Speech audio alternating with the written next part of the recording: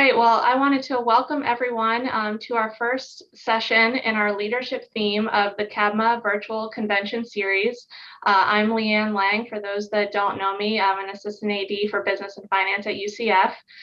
Today, we will be hearing a great presentation from Tim Elmore on leading organizations in times of change, which is very timely for all of us as we head into the final stretch of the 2020-21 academic year.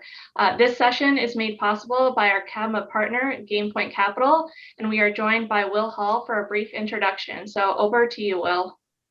Thanks, Leanne. Hey, everybody. I'm Will Hall. I'm one of the founders of GamePoint Capital. We're really excited to have the opportunity to continue to partner with CABMA. It's such an awesome group. We're continually impressed with all you guys do, and we're really excited for great things to come this year. So we've got a great session this afternoon with Dr. Tim Elmore. I really think his framework for developing important leadership principles is invaluable as we look to build a sustainable and thriving environment in college athletics. So I'll keep it short and sweet. Thanks again for including us. And with that, I'll turn it over to who you guys came to hear, which is Tim. Thanks, Will. Good afternoon, everybody. I'm not sure where you're tuning in from, but I'm hoping we can enjoy an hour together. Let me just, before I share my slides, let me just share with you kind of what we hope to accomplish. The topic we're going to wrestle with is leading in times of change, or really a better word, times of disruption. Do you not feel like you got interrupted over the last, 12 to 14 months? So I'm going to share with you what I believe are some timeless principles that maybe we need to return to, or maybe learn for the first time as we try to administrate this department that we're helping to lead. So without further ado, let me share my screen. I'm going to give you some thoughts to jot down. So you may want to grab a tablet or whatever you want to grab to take notes on. Let me see here. I am now not seeing my screen. So let me try this again. Please forgive me. All right, share screen.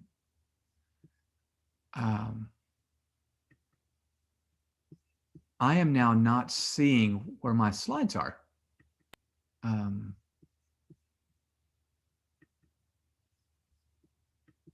You don't see that, do you? Do you see my slides?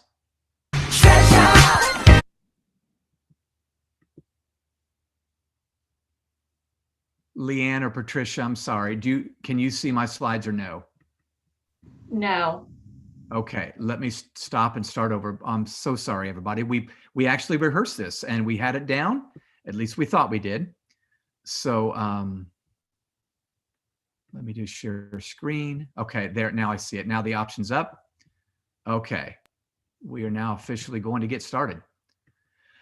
So I'm calling this adjusting the sails, just a metaphor.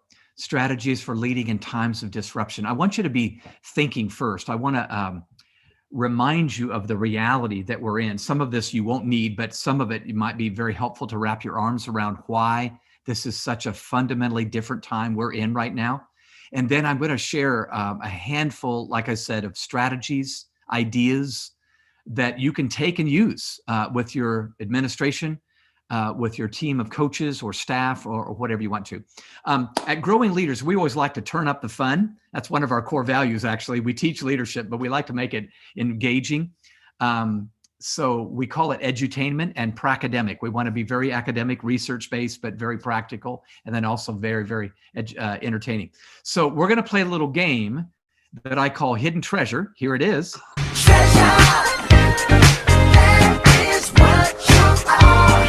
So this is a simple game. I've got 3 questions for you, and I actually want you to answer these questions. You can do it in the Q&A part, or you can just answer in your own head. This is going to take all of 5 minutes. But 3 questions you're going to get, and then you're going to get 2 options, and one of them is correct, one is incorrect, and your job, of course, is to answer this correctly. Okay, 3 questions. You're going to see the method to my madness in just a few minutes, but this does tie into our theme. So here is question number 1. What is the origin of top ramen noodles? Okay, do you remember eating those when you were a university student?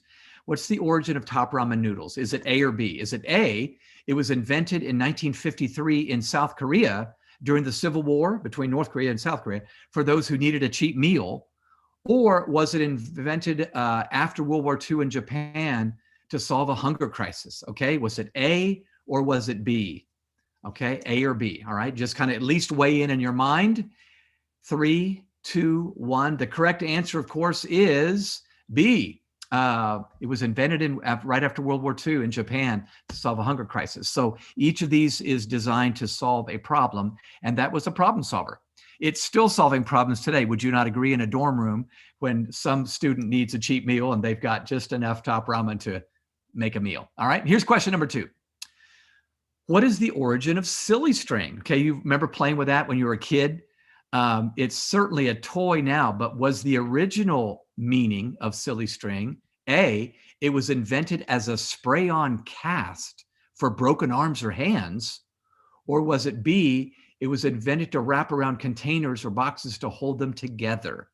Okay, was it A or was it B?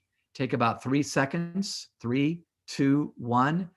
It was actually invented as a spray-on cast. These 2 guys actually were trying to create a cast that you could wrap around an arm. And needless to say, it was not very helpful. In fact, it got all over the room when they were demonstrating it to a buyer, and they didn't buy it, but somebody walked in and said, this would make a great toy. And sure enough, it was. Okay, last question. Number 3. I love this one, by the way. Our current American flag was actually designed by A or B. Was it A, a young woman, Amelia Ross, in 1959, who was a distant relative of Betsy Ross? Or was it B, it was invented by a high school student, Robert Heff, in 1958, who did it for a grade in history class? Okay, do you know the right answer, A or B? The right answer, of course, was letter B. It was Robert Heff in high school. So you got to hear this story. It's hilarious. If you don't know it already, I think you'll agree. So it was history class, and the history teacher asked every student in his class to come up with a project that reflected what they had learned and what they valued about American history. Well, Robert, I think, was a junior in high school. He had just heard that America was planning on adding 2 states to the Union, Alaska and Hawaii. And so he actually took the 48-star flag and came up with some designs, and then picked one that he had designed and put 50 stars on there. He turned the project in and got a B-. Well, he was kind of mad because he put a lot of hard work in there. So he confronted his teacher and said, hey, I put a lot of work in this, should be an A. And his teacher goes, hey, when you get a letter from Congress saying they adopted this, this flag, then I'll give you your A. Well, that was a challenge for Robert. He actually ended up writing notes to President Eisenhower. He wrote letters and made phone calls to congressmen, and finally got through. There were 1,500 submissions, actually, from people that submitted some sample flag for the new flag. And Roberts was chosen by President Eisenhower. He actually got a call from the president, was flown over to DC as they raised the flag for the first time. But get this, when he showed up at the Capitol in Washington, DC, saw his flag go up, he shook the president's hand and said, Mr. President, could you write a letter to my teacher so he'll believe me? And sure enough, he took the note back in, and the teacher changed Robert's grade to an A. Isn't that awesome? Thank God for teachers who are honest with us about their intentions. Okay, so let's move on. I share that little game with you because it's amazing how often we come up with some great solutions only after we're faced with a pretty clear dilemma. In other words, invention and innovation and progress sometimes only happen when we're in deep water. And that's what's happened to us over the last 12 to 14 months. We got in some hot water. Athletics is different. School is different, period. And I'm just saying, how could we turn this interruption into an introduction to a whole new way of getting things done? Can I say that again? How could we turn this interruption, and by the way, you'd agree, it was a big interruption, to an introduction to a whole new way of doing things? My belief is that 2020 as a year was the great accelerator. Whatever was happening already, or whatever was evolving slowly already in our culture, got sped up. It was accelerated. Think about it. Technology got accelerated. Didn't schools say we need to do technology better? Well, suddenly we had to. Didn't we say we need to do diversity, equity, and inclusion better? Well, suddenly we had to. You follow what I'm saying? Brick and mortar retail stores were slowly going out of business already. Suddenly they were sped out of business, sadly. But my point is, everything got sped up. And my guess is you saw some things sped up in your athletic department. And now it's our turn to step up and say, instead of getting mad, let's get busy. Instead of getting mad, let's get busy. So let's talk about adjusting the sails. When sailors experience high winds, what do?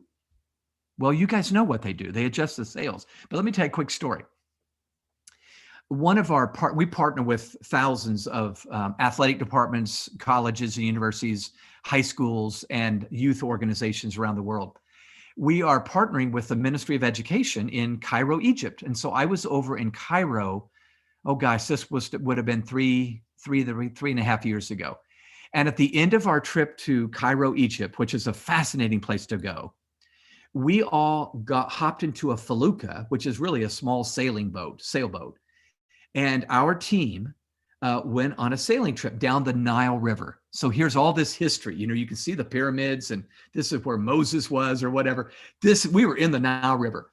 But here's what I noticed as we took that hour-long trip down the Nile River. We had one sailor on board that ship. The rest of us were passengers. And that guy was shirtless and barefoot because he was scampering about fluidly, trying to pull on ropes and push poles over and push and swing sails over to make sure that the high winds that day didn't tip over our boat or didn't send our boat into the banks of the Nile River. He was a picture of nonstop activity that day. And in an hour, we finished our trip. I tipped him heavily at the end of that trip because he was just sweating. He was sweating all over because of the work he put in to make sure we got to our destination. So here was my thought. As cheesy as this sounds, I want to just tell you what I believe the options are when sailors decide how they're going to respond to high winds. You know what I noticed he didn't do? He didn't yell at the wind. He didn't stand up there, shake his fist, and get all kind of angry because the wind was contrary to where he wanted to go. But don't you know leaders and coaches and parents that have done this? They're so mad at what's happened. Their son didn't get scholarship, son didn't get playing time, their son missed his senior year, and there's good reason, but they're yelling at the wind. It's not going to help one bit, and they're angry. And I'm just saying, you know what? That's not going to get us to our destination. Another thing I noticed this sailor did not do is he didn't surrender to the wind. Not once did he just sit down and say, you know what, I'm tired and this wind is not helping at all. Anybody got some iced tea? He didn't say that. But you know what? I know some staff, some administrators, and even some coaches that have just given up. In fact, many of them left their job. I don't blame them. This was a hard year to do anything in athletics, but they just gave up. And all I'm saying to you right now is thank God that day in Cairo on the Nile River, our sailor chose option number 3, which was to adjust the sails. It was hard that day. He was sweating that day. He worked and earned every single dollar he earned in my tip, by the way. And that's what I'm saying to you. I don't know if this sounds like a sermon or whatever, but I'm saying we have got to learn how to say, I'm going to adjust the sails in whatever I have control of. You don't have control of everything, but I'm going to adjust the sails, and I'm going to show our department we can make the adjustments and turn the interruption into an introduction. Okay. So I love this quote. How do you respond to the winds? Pessimists complain about the wind. Optimists assume the wind's going to change. But you know what leaders do? Leaders adjust the sails. I know I'm saying the same thing, but maybe you do a self-evaluation there. Are you a pessimist and you're just finding yourself grumbling a lot these days? Or are you an optimist, which sometimes isn't helpful? You just assume that things are just going to get better. And I'm saying, no, don't count on that. This thing may last longer. This COVID-19 mask thing, as much as we're thrilled about the vaccines that are out there, it may not, change overnight. We've got to learn to adjust the sails. Better to learn that than to try to do the first two. Okay. So there's a Chinese proverb that goes like this: when the winds of change blow, some people build walls, other people will build windmills. So humans are normally creatures of habit. My guess is you can think about your own life, say, I'm a creature of habit. I just keep doing the same thing. I crunch the numbers, I do the finances, I administrate operations, whatever it is you do. And I'm just saying, we may be uncomfortable for the next several months, but let's change because we choose to, not because it's forced upon us. Pregnant pause there. Let's change because we choose to change, not because we're forced to, and we've dug our heels in the whole time, hoping to God. So let me say this statement one more time. Sometimes an interruption can be an introduction to a better way of achieving our goal. So I'd like very rapidly to apply this truth to our context today, okay? So I'm going to take 3 slides to set up the principles, and then I'm going to start sharing hopefully what you would consider to be some helpful principles on lead and change, all right? When the pandemic broke out in March of 2020, I immediately started digging and researching what did people do during past pandemics. I don't know if you know this, but we went through the 4th pandemic in 100 years. This was the 4th. I've lived through 2 of them now. I remember 1968, 69, 70, there was a Hong Kong flu. That was a pandemic, and I was in the 3rd and 4th grade. So it wasn't the first time. And I learned so much. In fact, my research, I turned into a book called The Pandemic Population. How do we lead students into a place of post-traumatic growth, not post-traumatic stress disorder? That's going to be important. But here's something I learned. One sociologist compared what we were going through to a storm. And since we're talking about storms today, like high winds and we're sailors, let me talk about the new kind of storm that we're in.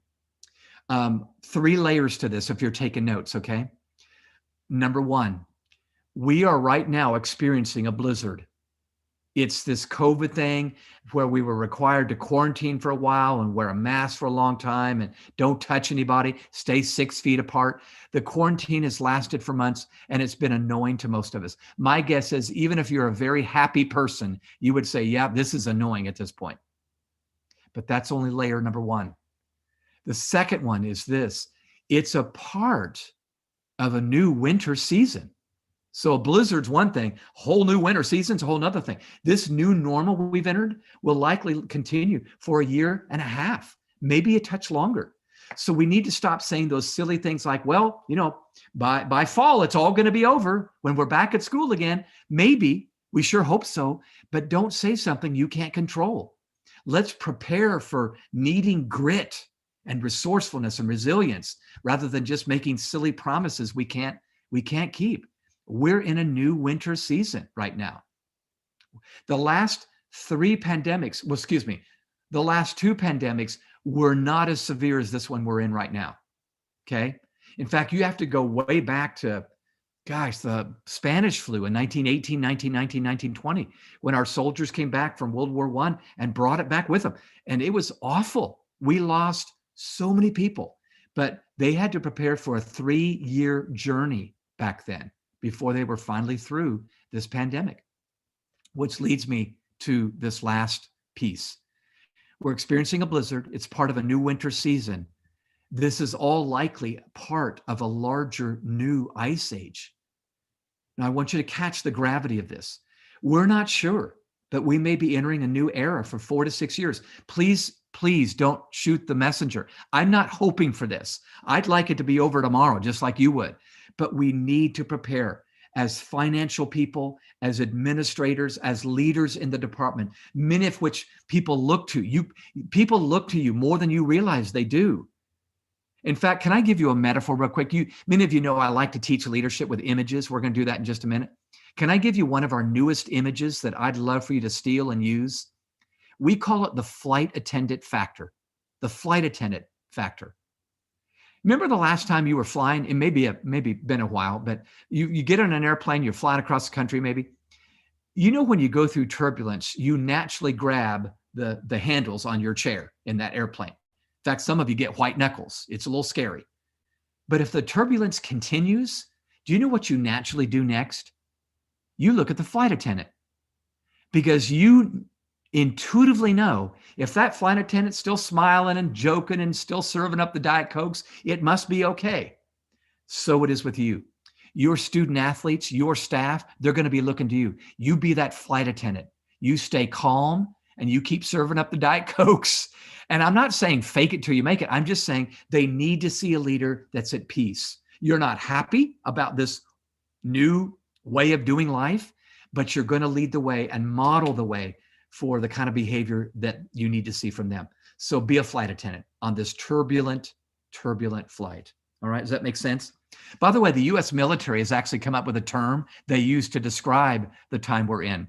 In fact, in times of conflict, even out in battle, they use the term VUCA, V-U-C-A. It's an acronym, but VUCA reminds them of the description of the kind of time we're actually in right now. So think about this. The letter V reminds us the times we're in are volatile. Realities are subject to change at any moment. Wouldn't you agree? In fact, would some of you agree with this? There were some months over the last year, you probably felt like you made a year's worth of decisions in 1 month. I felt that way. In March and April and May, I'm thinking, we're making a year. No wonder we have decision fatigue. We're making so many extra decisions because it's volatile. But the letter U, times are uncertain. Even effective leaders aren't sure what's going on next.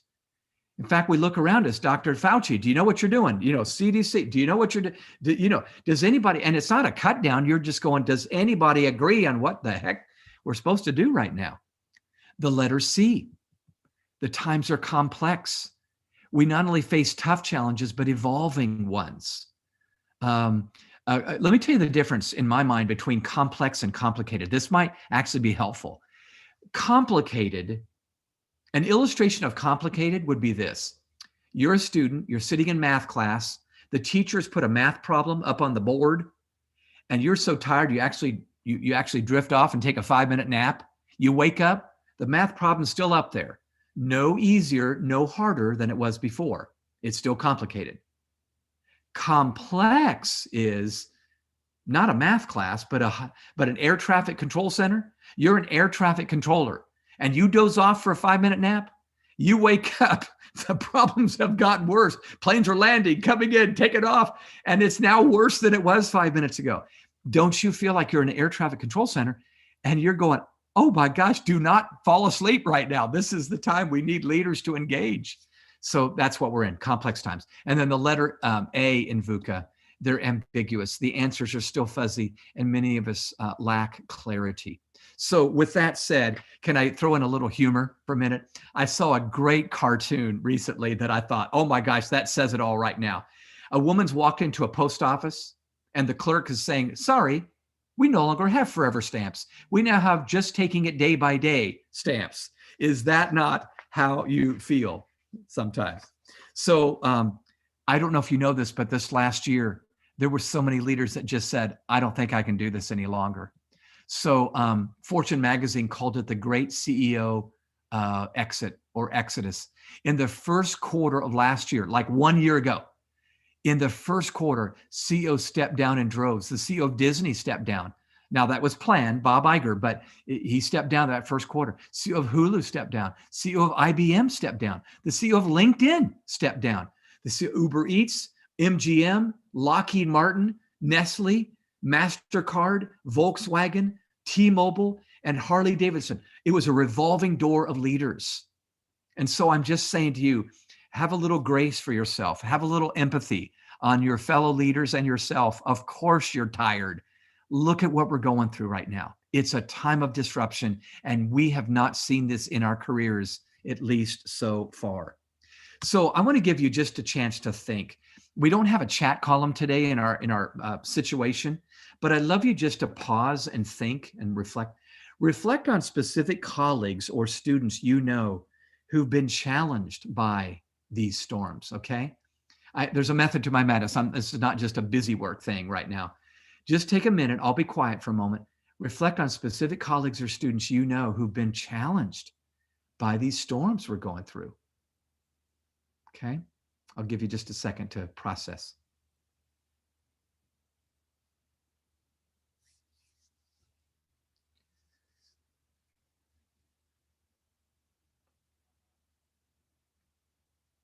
By the way, while you're reflecting, I may forget to do this later. I don't have any slide for how we could stay in touch. But if you'd like to jot it down, our website is growingleaders.com. We do leadership development for athletic departments, universities, faculty. We talk about the next gen.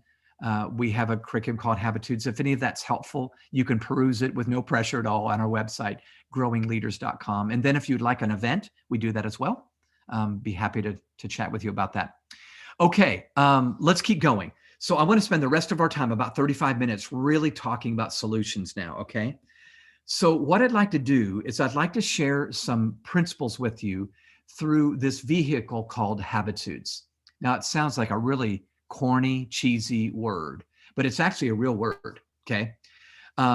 This is a curriculum that I've developed for leaders. Habitudes are simply images that form leadership habits and attitudes. And the few I'm going to share with you today are specifically habitudes for leading change, okay? So let's jump in. I don't need to set it up anymore. Let's jump in and begin to talk about these principles, okay? The first one is simply called the space shuttle defect. The space shuttle defect. Now, this is built off of some true stories, but you'll see the principle immediately. Some of you have been in your career long enough to remember the numerous tragedies that have happened from NASA. And I love NASA. I have loved watching, aircraft take off, the Apollo spacecrafts and capsules. And then in the 80s and 90s, we were seeing shuttles go up. Do you remember 1986, the Space Shuttle Challenger went up in January that year and only lasted a couple of minutes, and it just blew up in midair. It was horrific. It was tragic. 7 people on board, including non-astronauts like Christy McAuliffe. She was a school teacher. These people went up, all 7 died, needless to say. It was a horrific tragedy. We found out the truth later, and here's what it was. There was a fundamental design flaw in the joint that engineers had grown accustomed to and had learned to live with. So even though quality control had said, hey, this craft is not ready to go up in space yet, they said, well, the show must go on. It's time. It's January. Let's do this. And of course, tragedy happened. But it's happened since that time. It's actually happened more than once. But the second tragic one happened in 2003. You might remember the Space Shuttle Columbia. Same thing. 7 people died. There were foam pieces that became projectiles. And oh my gosh, they look like it would look like nothing was really wrong. Oh yeah, these projectiles are coming off the shuttle, but it shouldn't be shouldn't be. And they just grew accustomed to this defect. Nobody thought anything would go wrong that would be tragic, but alas, it happened. Once the foam was gone, things heated up. It was horrible. And again, death. It was just tragic. So I don't mean to camp out on tragedy, but here's what I want you to get, okay? Here's the truth in a nutshell. Over the years, NASA launched space shuttles with defects they were willing to risk. More than once, those risks were fatal. The problem was, and here's the phrase I want you to capture, the normalization of defects. They put up with them in the shuttle's design, doing workarounds instead of correcting flaws. The chief reason leaders must make improvements is to move from good enough to very efficient. Now, most of you are wired in a certain way. You wouldn't be doing finances or operations or administration unless you were kind of wound a little tight. I believe you get this. But my guess is you look around that athletic department and you see you got some workarounds. They're not the ultimate solution. It was just an immediate solution because we had to fix that. We had to patch it up. In fact, far too often I see athletic departments, and I love these people, but they're patching things up instead of making things right. You see the difference? So that's really what we're talking about here. It's just really a tragic thing. So let's keep going. Let's talk about this term that businesses use called the normalization of defects. By definition, this is the willingness to expect, tolerate, and assimilate recurring problems into the workflow. Essentially, the team learns to do workarounds. So let me illustrate with a couple of stories. At the nonprofit that I lead, Growing Leaders, we did a little exercise where we talked about this new habitude. And we split up into small groups, and we actually talked about what are our defects? What's our space shuttle, that we may have blow up in our face if we don't get it right. Well, one of our defects was our invoicing. We still used an old-fashioned way of invoicing that was probably 2.5, 3 years old, that was a quick fix at the time, but we never went back to actually fix it ultimately. You know what I'm talking about? So we said, oh yeah, we'll just use this paper, this document, blah, blah, blah. And then we were running it down back and forth in the building. And it was like it was 1980, it was crazy. And slowly we said, wait a minute, why do we still do that? Well, we had normalized the defect. We just got used to a suboptimal way of doing business, and we let it go. And we were so running and gunning just to survive. Hey, athletic department, you hear what I'm talking about? Just trying to survive, and hand out the scholarships, that we didn't make it right. And I'm saying you cannot excel. You cannot be excellent unless you take care of some of the normalized defects. But you know what? This happens in our everyday personal life. Some of you identify with this. I'm smiling because it's happened to me. Let's say you buy a car years ago, and you're driving that car for years and years and years, and you don't replace it. It's still a good car, but you start finding things kind of go wrong with that car. Maybe some lights pop up on the instrument panel, or maybe the door doesn't work quite right. And you find yourself saying to passengers, oh, you got to kind of, jiggle the door handle before it opens, or you got to kind of tap on the dashboard and that light will go out. You know what I'm talking, or you're at your house, jiggle that door, that basement door, jiggle that door and it'll open up. This is what I'm talking about. It's these silly things we put up with because we don't make it right. And I'm just saying the first step we got to take if we're going to lead change well is we got to make stuff right, especially the important things, the fundamental things. So the big looming question, I think, is why do we do this? Why do we put up with these normalized defects? Well, let me just give you a few reasons. And by the way, if I go too fast, just take a picture of the slide if you want. It's okay. Number one, we feel we're still successful. So somehow we can still do these workarounds and still feel like we're still a great athletic department at, you fill in the blank, at your university, okay? Number two, the impact is tolerable. So we know it's not the best way to do the invoicing, or we know it's not the best way to do P&L or whatever, A&R, AR, but we just do it. It's tolerable. We see that it impacts us a little bit, but we think we can live through it. And right now we got to put fires out, right? Number three, we don't have time for anything more. So this would represent a lot of work to make this right. And again, we just don't know if we have time for that. The workaround is doable. That's another reason. I've got one more, so don't take a picture yet. Meaning we know it's a workaround, but I got 15 minutes to do the workaround. I don't have 4 hours to do the fix, and make it right. That happens all the time. And then finally, just to put it in financial terms, the cost benefit is acceptable. In other words, what it costs us it doesn't outweigh the benefit of just let's keep this train moving down the tracks. And so once again, we put up with it. Now, you and I both know that corporations couldn't do this and stay in business. Why do we think we can? I'm going to use a slide right now in just a second, actually, that I'm going to list companies that you have heard of, but they all have one thing in common. Look at these companies. Companies that have normalized defects instead of lead. Kodak, AOL, Yahoo, Motorola, Polaroid, Sears, and the list could go on. Do you know what they all have in common? They're all they went from the record books to the history books. Think about Blockbuster Video. Blockbuster Video, Reed Hastings actually took the idea of Netflix to Blockbuster and said, you should do this. This is the history. And it was Netflix. We're going to be putting flicks on the internet. He could see it happening. By 1997, he could see it happening. But they go, no, we like video cassettes. Well, they were normalizing defects. So all I'm saying to you is we've got to figure out a way to do this better. So let me give you a rapid response time. For the sake of time, I may have you just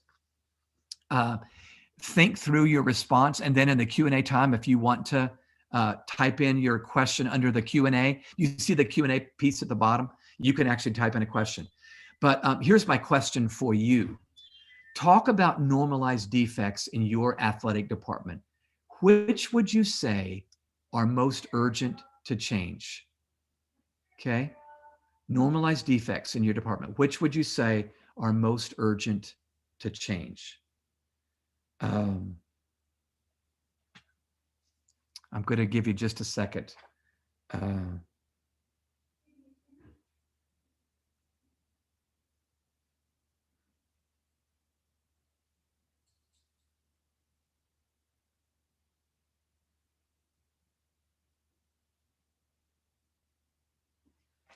All right.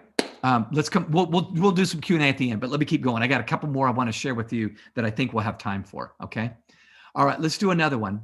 I want you to steal this idea if you want. I don't want to give you permission to steal. If this idea is helpful, this is an annual exercise we do at Growing Leaders that's really been helpful. We look at all the potential workarounds that we're doing, all the defects that we have, things that are not going perfectly, that we know we ought to do better. And here's the exercise, okay? We ask the questions: what needs a facelift? What needs an overhaul? And what needs a funeral? What needs a facelift? In other words, it's not a huge problem. We just need to give it in other words, we designed this back in 2003, but we should give it a facelift to, make it look like 2021. What needs an overhaul? Now that's way more than a facelift. We need to overhaul this, this foam projectiles coming off our space shuttle right now. This is going to kill somebody, And then funeral. There are some things you're doing right now. You need to kill it. You need to have a funeral and say, that was a great program back in 1999, but it's no longer an effective way to do diversity, equity, and inclusion, or whatever the issue is. Okay. So anyway, this could be a really fun exercise if you think that would be relevant for your department. Okay. Okay. Let's keep going. The next habitude I'd like to go over with you is more fits under more social and emotional intelligence. It's not as much strategy, but I love this this habitude. It's simply called toll booths and roadblocks. Toll booths and roadblocks. So I live in Atlanta, Georgia, and the reason I tell you that is because for the first time when I moved to Atlanta from California, in 1997, I started driving on toll roads. Where I lived in San Diego, we just didn't have toll roads at the time. So I'm on Georgia 400. It's a state road. Some of you have been on it maybe. And I'm driving south and I suddenly see this toll booth that looks something like this picture you're seeing. And I suddenly realized, oh my gosh, I'm not ready for this. I'm not prepared to pay a toll. So immediately as I'm inching forward in line, I'm digging through the console between the two seats in my front seat. I'm putting my fingers down in the seat to try to find a lost quarter down there. I needed 50 cents and I could not find 50 cents. So I finally get up to this woman at the window and I say, ma'am, I am so sorry. I'm new in town. I'm not ready.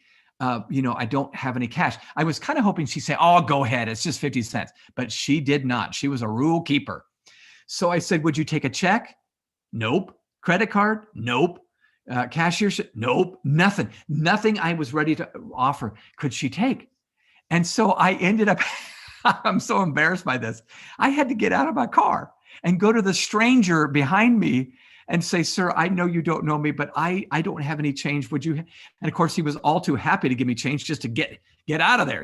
I'm holding him up, So he had a little incentive to help the poor guy in front of him. But here is the reason I tell you that story. This past year, we all got stuck. Every one of us in some area of our life or our profession. Maybe it was our personal life and family. We got stuck. Your student athletes, I bet, got stuck emotionally, mentally, in some other way, perhaps. I believe you're getting stuck gets to be a choice on your part. It'll either become a toll booth or a roadblock. Now let's talk about the difference. This is a great image or metaphor for us to use in conversation. If you get up to a roadblock, You know what that looks like, don't you? You drive up and suddenly you see this little fence in front of you with orange and white paint painted diagonally on that little fence, and you got no options.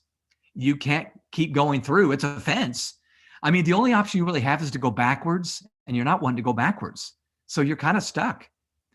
If it's a toll booth, it's very different. You head up to that cashier's window. Watch this. You are stuck for a moment, but watch this. You pay a price and you keep moving forward.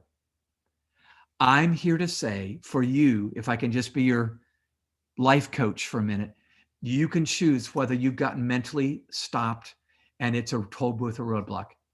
Are you going to pay a price and keep moving forward? Or are you going to emotionally stay stuck where you are? Or let those student athletes, those freshman athletes get stuck because this isn't what they thought it would be.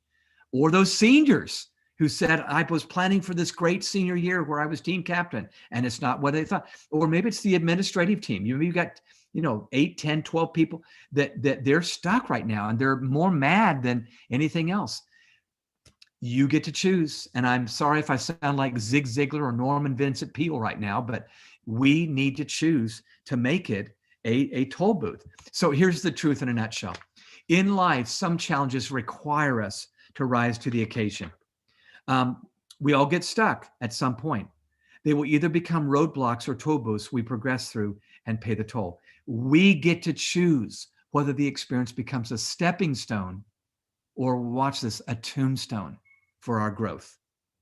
Now, when students or staff get stuck, we get to play the role of a mentor. And I'm hoping that's implied in this comment here, helping them choose to make it a toll booth rather than a roadblock. Have spot conversations in a hallway. We call it spot mentoring. Just take 5 minutes. You don't have time to spend hours, maybe 5 minutes, and just encourage them and say, hey, we're all stuck. Join the club, but you get to choose. All right. Now, you know what? For the sake of time, I better bypass this video I had planned to share. So pardon me for just a moment. Please forgive me. Let me give you now what I believe leading staff during a disruption requires. This is going to be a very practical slide that you may want to jot down or somehow capture. I discovered rapidly with my team that they needed me as their leader to give them 3 gifts. Okay? See if you agree. The first one is the word context. Leaders owe it to their teams to give context. So at the very beginning of this horrible pandemic, I felt like I needed to say, hey, listen, this is not fun for sure. But do you know this is the 4th pandemic we've been through in the last century? And each time we made it through, we lost people, but there's new vaccines available. There are new inventions, new discoveries were made, all kinds of, but I gave them context. They needed some seasoned veteran to give them context. This offers perspective. And I think leaders need to give people perspective. Number 2, applications. I think staff that you lead, your team that you lead, need you to give them clear applications. Now, by apps, I don't mean apps on a phone. I mean clear, actionable steps that they can take. And if you remember at the very, very, very beginning, it was, okay, here's 3 things we're going to do today. We're going to be socially distant. We're going to wear a mask. We're going to go home. We're going to, whatever. But I think every week of our journey as leaders, we need to provide clarity. People cannot live well without clarity. It's the greatest gift a leader can give their team, clarity. I don't know what's going to happen 6 months from now, but I know today, this is what we're doing. Make sense? And then the last one is geared really more for the heart. I don't know how well you feel like you speak to the heart of people very well, but I actually believe your team needs you to communicate belief. And this offers hope. They need to hear their leaders say, hey, gang, I believe we're not only going to survive this whole thing, we're going to be better for it. We're going to come out of this thing stronger than if we had not gone through this horrific time. So if you'll notice those 3 words, context, applications, and belief, spell the word CAB. So again, this is kind of cheesy, but for quite a while this last year, I'd get up in the morning and whisper to myself, I got to get in a cab if I'm going to get to my destination today. And I meant as a leader, I got to context, applications, and belief. That's just what they need. Okay. You know what? I'm going to bypass this next slide just because we don't have time. So my question for you is simply this: where have your people stalled? And are there difficulties that they've given into? Maybe you've spotted some that maybe you approach them. You don't wait for them to approach you and say, I'm having a hard time. And you say, I feel like you're better than this. You need to make it through this. And you've let it be a toll booth rather than a roadblock. Make sense? Okay. I'm going to try to do 2 more images real quick if I can, and then leave at least 5 minutes for Q&A. This next one, you're totally going to get as a financial person. We call it barn building. Barn building. In fact, this might be very, very relevant for you right now. So here's the story. You probably noticed there's a story behind each one of these habitudes and metaphors. So a farmer and his wife bought a brand new piece of property. And it was a bunch of acres, and they were so excited about moving onto this new property and beginning to build. The night before they moved, they had a little debate at the kitchen table as they ate dinner. And the debate was over what they were going to build first. And the wife said, oh, sweetheart, we got to build the house first, of course. That's where we're going to live. I already have the window treatments picked out and the carpet and the paint. I know exactly what we want to do. The farmer said, no, honey, we're going to build the barn first. And she said, no, the house, you care for the animals more than the people? Come on, what's wrong? House first, barn first, house first, barn first, house first. They went back and forth until finally the farmer stood up and said, honey, I love you, but we're going to build the barn first because the barn will build the house. Now, do you see what he was saying? If you're a finance person, you know exactly what he was saying. He was saying everything that happens in that barn generates the revenue and the momentum and the morale that we need to build the silos and the garages and the swing sets and the houses and everything else we put on this barn, on this farm. And that's exactly what I'm saying. You owe it to your team to keep reminding them what the barn is. So here's the truth in a nutshell. When leaders recognize their department's critical transaction, that's really the business term we're talking about. Your barn is your critical transaction. If you boil it down to 1 or 2 things, what would it be that you would say, well, when we do that, everything else seems to happen. So these leaders prioritize activities, not because they're personal favorites, but because those activities enable progress for everyone. So this is where you become the big picture person, like many of you already are. But you say, let me remind you of the barn. Here's the barn. Now, coaches seem to get this because they realize that in many Division I athletic departments anyway, I don't know if you're here from a Division II or III or whatever, but in Division I, oftentimes, you know what the barn is? Football. Football is the barn because it generates all the, the morale and the money and everything else. And maybe it's basketball. For some of you, it's your back. But I'm thinking there's several categories you need to figure out your barn. So how do you find your barn? Well, I'm glad you asked. Let me give you 4 things to jot down real quick, okay? Number 1, it generates revenue. Okay, so these are 4 different answers I'm going to give you, okay? So 1 is it's something that does generate revenue. Okay, that's a good thing. Number 2, it creates momentum. So the whole feel of moving forward happens. Number 3, it raises morale. So by that, I mean, everybody just seems to be excited again and passionate again. Our morale is up when this happens, okay? And then lastly, it enables activity. When this activity happens, the barn, all other activities seem to be able to happen. Okay, makes sense? All right, so well, the question I'm going to let you think about here is very simple. What's your barn? Okay. And again, this may be different categories on the spreadsheet, but I'd like you to answer what's the barn. Okay. I've got one more I'd like to do, and I think I can do it in 4 minutes and still leave some time for Q&A. Okay. I hope that's okay with everybody. This one is such an important leadership principle. It's a brand new habitude that's not even published yet. Okay. That's why I wanted to share it with you, because it's timely for such a time as this. All right. I simply call it dentist and cavities. Dentist and cavities. So have you ever noticed when you go to the dentist and that dentist spots a cavity in your mouth, he or she will say to you, oh, I found a cavity. Can you stay a little bit longer and I'll fill it right now? Or if you can't, Can you come back as soon as possible so I can fill it? Now, the reason that dentist says that to you is because he or she knows if he didn't fill that cavity, something else is going to fill that cavity, i.e. bacteria. That hole in your tooth is going to get filled with something, right? And that's all he's saying. The dentist is simply saying she needs to fill the cavity because she wants to fill it with the right stuff, not the wrong stuff. It's a simple, a little analogy. But here's the truth in a nutshell.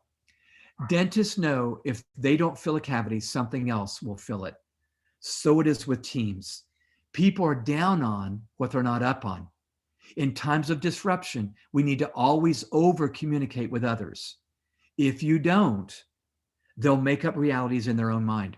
What I'm talking about is people have mental cavities in times of change. By this, I mean so much is changing. They don't know what the truth is. They don't know what's going on. Everything's changing, it feels like. And they start getting anxious about it. Sometimes you might have staff that get downright scared. And all I'm saying is, leaders, you're a dentist. You're an information dentist. And you need to fill those cavities and fill those cavities and fill those cavities. Because if you don't, rumors and gossip and wrong narratives, inaccurate narratives. And by the way, I hope you don't feel like I'm insulting your people. You've got great people, I'm sure, but we're humans. We are humans. And so when we get scared, the amygdala kicks in our brain and we start doing the fight or flight thing. And we just do strange things that we wouldn't do on a normal day. So this is it's just vital that we get this right. I love what Winston Churchill said. A lie gets halfway around the world before the truth has a chance to get its pants on. You ever notice that? It's like, how did that rumor get so far when we didn't even get a chance to tell you what was exactly going on? So accurate information is the name of the game, especially when you're remote some days. And I know some of you are back normal. You're wearing masks, but you're back. Maybe you're all vaccinated. But just know mental cavities happen. So 2 things I want you to know before I stop. 2 things. Number 1, the larger the cavity, the greater the possibility of an inaccurate narrative inside colleagues, students, and parents. By the way, your big challenge might be moms and dads of the student athletes. So just know the larger the cavity, the bigger the thing is, the larger that rumor can be and the more inaccurate it can become. But here's another item I want you to think through. The larger the cavity, the more leaders must over communicate with their team, their students, and their parents. Just know it's almost impossible to over communicate during times like this. I know you feel like you said it 7 times, and maybe you did, but they need an 8th time and a 9th time, because when we're scared, we forget. When we're scared, we forget what our leader told us.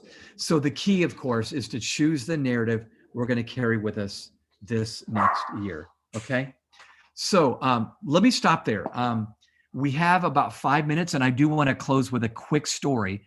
So if we can go 5 minutes and then you give me an extra minute, I want to inspire you with a story, if you'll let me. So Leanne, I think you were the one that was going to maybe field some in the Q&A portion of your screen. You can click on that and you can type in a question, I believe. And so if you've already done that, great. If you've not, you can do it now, but we have about a few minutes. So Leanne, I'm gonna let you kind of be the MC now. Great. All right. So I do have one question for you. So when we're talking about the CAB approach, which one should a leader give priority to in order to help the team move forward in that moment? Oh, wow. You know what? I think it depends on your team. I heard a mom being asked the question, and it was an unfair question, but the question was, man, you got 5 kids. Who's your favorite? Well, that's not a fair question to answer, but you know what she said? Whichever one needs me the most right now. So I would say, if you see your team is just hopeless right now, you know what they need? Belief. If your team is just lacking the step, they're getting mixed up during the day, or they don't know what they're doing, they're not getting stuff done. They need applications.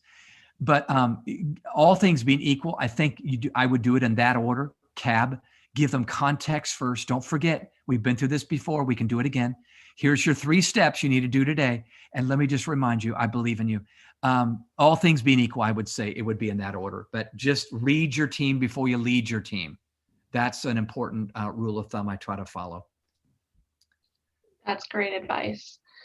At this point, if anyone else has any questions, please oh, I just got one in. How do you convey genuine belief to staff without coming off as rehearsed or like you're checking the proverbial leadership box? Yeah, that is a great question. I think people can smell us when we're disingenuous a mile away and we feel like we're reading a good speech, like, whatever. So let me tell you what I do. First of all, I try to do a motive check. Do I really believe what I'm about to say? And by the way, if you don't, then don't say it. Don't fake it. But stay with it until you go, no, I really do believe in these men and women. I think they're in the right spot. They're here for a reason. Then here's what I would do. I would start with saying, I know this is a hard time. So you're going to get to the belief comment, but I find I become way more authentic when I start with, this has been hard for me too. So if it's any consolation, you're not weird. We're all having a hard time, but I believe ... And then you can make your statement. I tend to come across a little more genuine and authentic when I do that. I hope that makes sense. And by the way, when you have to give hard feedback, let me give you the best thoughts to share when you have to give hard feedback that is belief. It would go something like this. I'm giving you this feedback because I have high expectations of you and I know you can reach them. Do you see the belief in that statement? I'm giving you this feedback because I have high expectations of you and I know you can reach them. You're expressing hard stuff. You're asking them to do a better job, but you're saying, but you know why I give this to you? I believe in you. So I don't know. I know now I'm getting into, are we therapists or whatever? I heard one AD say, Tim, I feel like I got to be an AD, a CEO, a therapist, a cheerleader, and a life coach all the same time. And it's true. These days, you got to do more than just, crunch the numbers. But I want to encourage you. You can do this, and they need you to be human first, and they need you to treat them as humans first before you do that job on the job description, because right now, that's the name of the game. So any other questions, Leanne? No, that was it. So if you want to go ahead and share your story. I'll share my story. We'll get done halfway on time. Hey, by the way, thank you for tuning into this. I know these are available and I'm just one voice, but I want more than anything, I wanted to be encouraging to you today. It's not an easy time. We'll always look back on this last year and go, holy moly, did we live through that? We did, But I actually believe we're going to come through with post-traumatic growth. Look up that term online, post-traumatic growth. It's a psychological term, and it is a thing. And that's what I pray all of you come to at the end of this year. So here's the story I want to give you. We're talking about going through a pandemic and going through a terrible disruption. I'm sorry. I did have a slide with this. This is, I do send out a monthly leadership article. Please forgive me. I just interrupted myself. If you'd like to get it, it's once a month and it can be sent to your email box. If you'd like to get it, you can go to timelmore.com and just give me your email address and I'll send it to you. Okay, let's do the story. The story goes way back to the 1600s during an epidemic that broke out. But I don't know if you know this, but Isaac Newton lived through a horrible plague when he was a student. In fact, he was a college student. So here's the facts. He attended Cambridge University in 1665. So just like your student athletes, he was a college student, all right? The Great Plague of London took place that year and lasted for a while. So it's interesting. Cambridge University sent their students home in their own version of social distancing. Isn't that interesting? Even 300 or 400 years ago, they were sending students home from school. But while he was away at home alone, he made some of his most important discoveries. So get this. When Isaac Newton got home and he knew he had some time, he thought to himself, instead of getting angry at the whole thing or, ticked off that, now he didn't have anything to do because he didn't have any video games to play, he thought to himself, wait a minute, I've got time now and no professor is telling me what to study or how to study it. And so Isaac Newton began to work on a theory he had just created. And he actually invented the subject of calculus. It was during this quarantine, he actually invented the subject of calculus. We might not have that subject available had he stayed in the busy routines he'd had at Cambridge, because the subject had not been invented yet. Secondly, it was while he was in quarantine that he got his hands on a prism and he held it up to the light, and he actually bore a hole in the shutter of his window, and he actually came up with his theories on optics, theories that we still use to this day. And then finally, get this, did you know it was during this Great Plague of London, that proverbial apple fell from the apple tree? Remember that story we've all heard? And he actually came up with the laws of motion and the law of gravity that he is famous for even to this day as a mathematician and scientist. Well, months later, he returns to Cambridge University with his theories in hand. Within 6 months, he's made a fellow. And within another year, he's made a full-on professor. Not bad for a 20-something. Now, here's why I share that with you. Would you not agree? Isaac Newton took an interruption and he made it an introduction to a whole new way of doing life. And my encouragement to you today is let's be thankful for this interruption 5 years from now, because we invented some things that made us stop doing workarounds and made us do it right. And we took advantage of a horrible year in our career. Hey, thank you all. Let me turn it back over to Leanne and I'll let you close this out. Thank you very much. All right. I'll stop sharing. Perfect. Thank you, Tim, for a great session and all of your words of wisdom. I think that everybody could definitely take something away from what you had to share with us. I also wanted to give another thank you to Will and GamePoint Capital for their continued partnership with CABMA. And everyone, be on the lookout for more information on our next leadership session, which will take place on June 2nd. So thank you all for joining and have a great rest of your